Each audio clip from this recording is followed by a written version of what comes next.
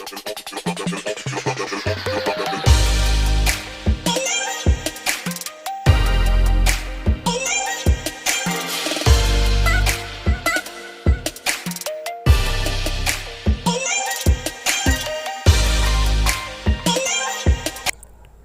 વિદ્યાર્થી મિત્રો, આજે આપણે ધોરણ 11 વિષય સંસ્કૃતની અંદર 14મો પાઠ ચતસ્રો વિદ્યા એટલે કે 4 વિદ્યા વિશે ભણીશું. વિદ્યાર્થી મિત્રો, જેમાં આપણે સર્વપ્રથમ પ્રસ્તાવના જોશું. સંસ્કૃતના પ્રાચીન સાહિત્યને જોતા જણાય છે કે ત્યાં ધર્મનીતિની વિચારણા કરનાર ગ્રંથો શાસ્ત્રોને ધર્મશાસ્ત્રની અંતર્ગત અને રાજનીતિની વિચારણા કરનાર ગ્રંથો શાસ્ત્રોને અર્થશાસ્ત્રની અંતર્ગત મૂકવામાં આવેલા છે. આ પ્રકારના અર્થશાસ્ત્રમાં અત્યારે સૌથી વધારે પ્રસિદ્ધ આચાર્ય ચાણક્ય દ્વારા વિરચિત કૌટિલ્ય અર્થશાસ્ત્ર છે.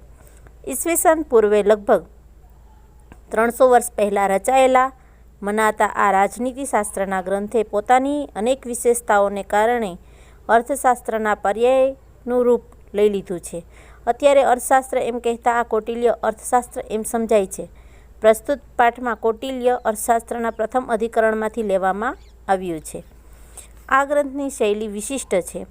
આમાં અમુક બાબતની ચર્ચામાં પ્રથમ તો પૂર્ણ આચાર્યના તે વિષયના મતોનો ઉલ્લેખ કરવામાં આવ્યો છે અને છેલ્લે આચાર્ય કૌટિલ્ય પોતાના મતને રજૂ કરે છે. પ્રસ્તુત ગદ્યાંશમાં વિદ્યાઓની વિચારણા કરવામાં આવી છે.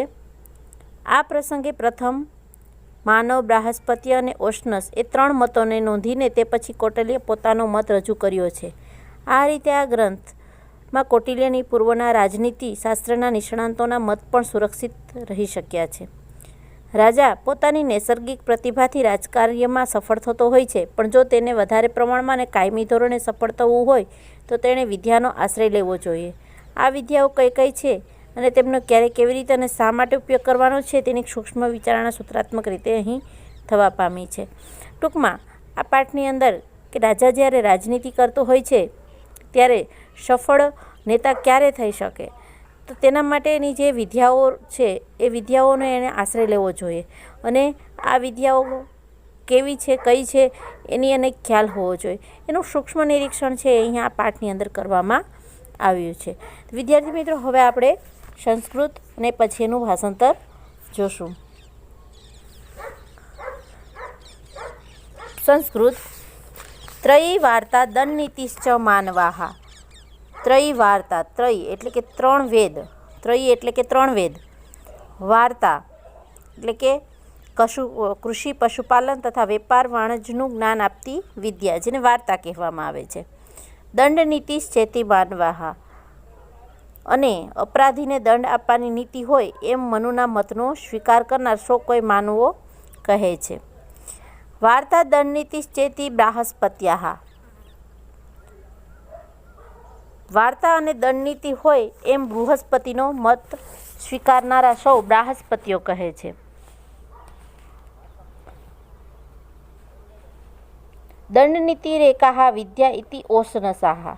દંડનીતિની એક વિદ્યા છે એમ દૈત્યગુરુ શુક્રાચાર્ય ઉષ્ણસનો મત સ્વીકારનાર સૌ કહે છે.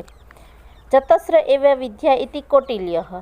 કૌટિલ્ય ચાણક્ય કહે છે કે 4 જ વિદ્યાઓ છે અને તે આન્વીક્ષિકી, ત્રયી, વાર્તા, દંડનીતિશ્ચ, અને તે આન્વીક્ષિકી એટલે કે યોગ્ય પરીક્ષણ દ્વારા સત્ય દર્શન કરાવવાની વિદ્યા, તર્ક વિદ્યા કે હેતુ વિદ્યા, ત્રયી અને વાર્તા અને દંડનીતિ, સાંખ્ય પ્રકૃતિ અને પુરુષનું વિવેચન દર્શાવતું દર્શનશાસ્ત્ર, સાંખ્ય યોગ લોકાયતઃ ચૈત્યા આન્વીક્ષિકી.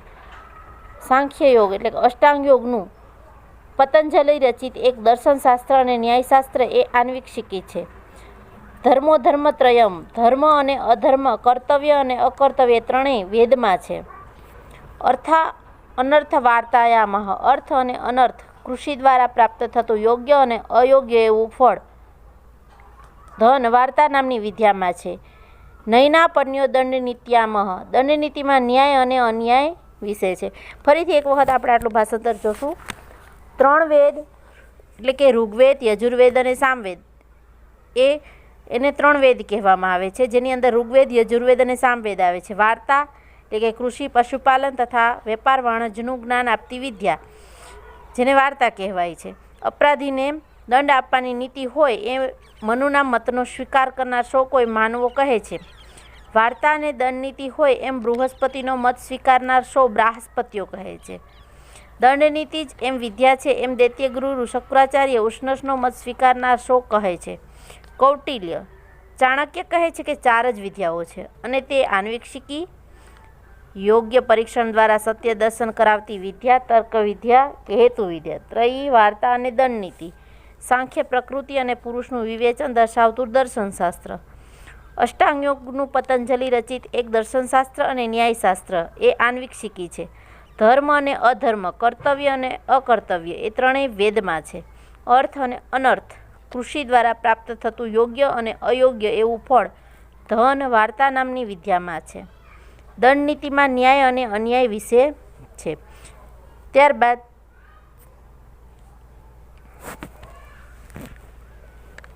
બલાબલે ચેતાસામ હેતુભિ અન્વીક્ષણામ આન્વીક્ષિકી.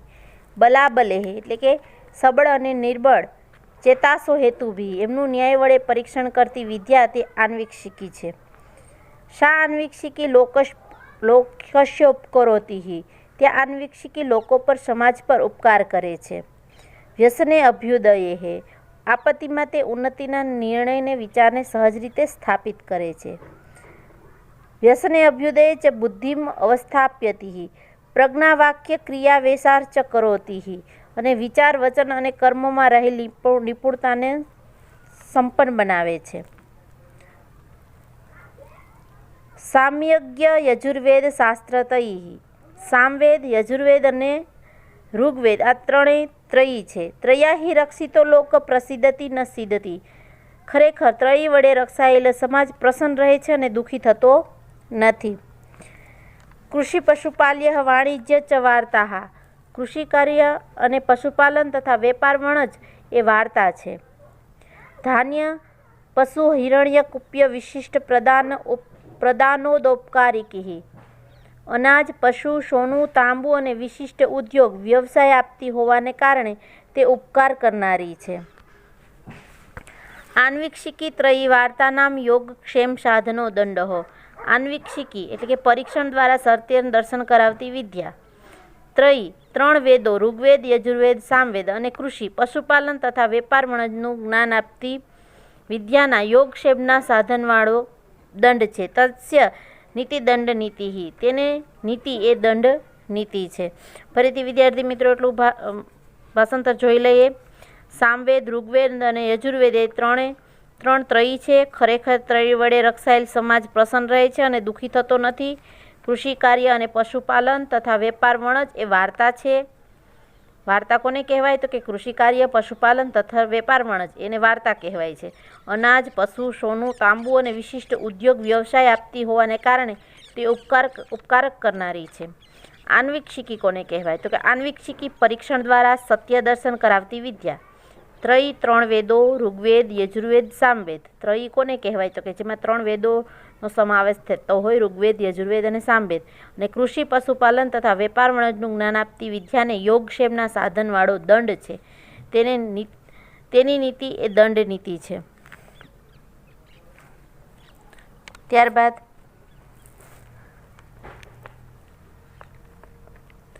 સાચ અલબ્ધ લાભાર્થાઃ, અને તે દંડનીતિ અપ્રાપ્ત વસ્તુને મેળવી આપનાર, લબ્ધ પરીક્ષણ પ્રાપ્ત કરનાર વસ્તુનું રક્ષણ કરનારી, રક્ષિત વિવર્ધનમ વૃદ્ધસ્ય રક્ષણ કરનારી અને રક્ષાયેલા લાભ કે વસ્તુને વધારનારી, વૃદ્ધસ્ય તીર્થેષુ વૃદ્ધિ પામેલાને તીર્થરૂપ પવિત્ર સ્થળોમાં યોગ્ય રીતે પ્રસ્થાપિત કરનારી, તસ્યામ માયતા લોકયાત્રાઃ તેમાં લોકવ્યવહાર રહેલો છે. તસ્માત લોક્યાર્થાત રાજા, તેથી રાજાને દંડ આપવામાં સતત રાજા નિત્યમ દંડમ સ્યાતઃ સતત તૈયાર રહેવું જોઈએ.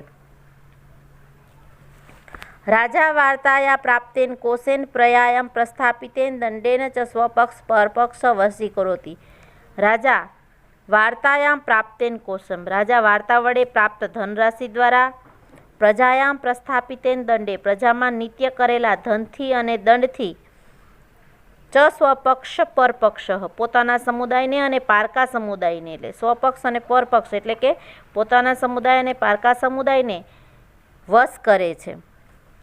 આન્વીક્ષિકી ત્રયી ચ વિદ્યા શિષ્ટેભ્ય ઉપયોજિત, આન્વીક્ષિકી અને ત્રયી વિદ્યા ત્રણેય વિશિષ્ટ પ્રબુદ્ધ લોકો પાસેથી પ્રાપ્ત કરવી જોઈએ. વાર્તામ અધ્યક્ષેભ્ય ઉપયોજ્ય, વાર્તા અને કૃષિ વગેરે વાણિજ્ય વિદ્યામાં અગ્રેસર લોકો પાસેથી, અને દંડનીતિ વકૃત પ્રયોક્તભ્ય ચ ઉપયોજિત, અને દંડનીતિને પ્રવચન અને પ્રયોગમાં કુશળ એવા લોકો પાસેથી પ્રાપ્ત કરવી જોઈએ. ફરીથી વિદ્યાર્થી મિત્રો ભાષાંતર જોઈએ. અને તે દંડનીતિ અપ્રાપ્ત વસ્તુને મેળવી આપનાર, પ્રાપ્ત વસ્તુનું રક્ષણ કરનારી અને રક્ષાયેલા લાભ કે વસ્તુને વધારનારી, તેમજ વૃદ્ધિ પામેલાને તીર્થરૂપ પવિત્ર સ્થળોમાં યોગ્ય રીતે પ્રસ્થાપિત કરી આપનારી છે. તેમાં લોકવ્યવહાર રહેલો છે, તેથી રાજાએ દંડ આપવામાં સતત તૈયાર રહેવું જોઈએ. રાજા વાર્તા વડે પ્રાપ્ત ધનરાશિ દ્વારા પ્રજામાં નિત્ય કરેલા ધનથી અને દંડથી પોતાના સમુદાયને અને પારકા સમુદાયને વશ કરે છે. આન્વીક્ષિકી અને ત્રયી વિદ્યા તેણે વિશિષ્ટ પ્રબુદ્ધ લોકો પાસેથી પ્રાપ્ત કરવી જોઈએ. વાર્તાને એટલે કે કૃષિ વગેરે વાણિજ્ય વિદ્યામાં અગ્રેસર લોકો પાસેથી, અને દંડનીતિને પ્રવચન અને પ્રયોગમાં કુશળ એવા લોકો પાસેથી પ્રાપ્ત કરવી જોઈએ. છેલ્લે ફકરામાં કીધું છે કે આન્વીક્ષિકી, વાર્તા, દંડનીતિ, આ બધી જે વિદ્યા રહેલી છે, આ વિદ્યાને આપણે જે એના કુશળ વ્યક્તિ હોય, તજજ્ઞ હોય, એની પાસેથી પ્રાપ્ત કરવી જોઈએ. વિદ્યાર્થી મિત્રો અહીંયા આપણો આ પાઠ પૂરો થયો છે. આના પછી સ્વાધ્યાય છે. જે સ્વાધ્યાયની અંદર જે પણ પ્રશ્ન આપવામાં આવેલા છે, વિકલ્પ આપવામાં આવેલા છે, ખાલી જગ્યા આપવામાં આવેલી છે, વિવરણાત્મક નોંધ આપવામાં આવેલી છે, અને સંદર્ભ સમજૂતી આપવામાં આવેલી છે. આ બધા જ પ્રશ્ન છે તમારે કંઠસ્થ કરી લેવાના છે, અને સ્વાધ્યાયને તમારી નોટબુકની અંદર ઉતારી લેવાનું છે.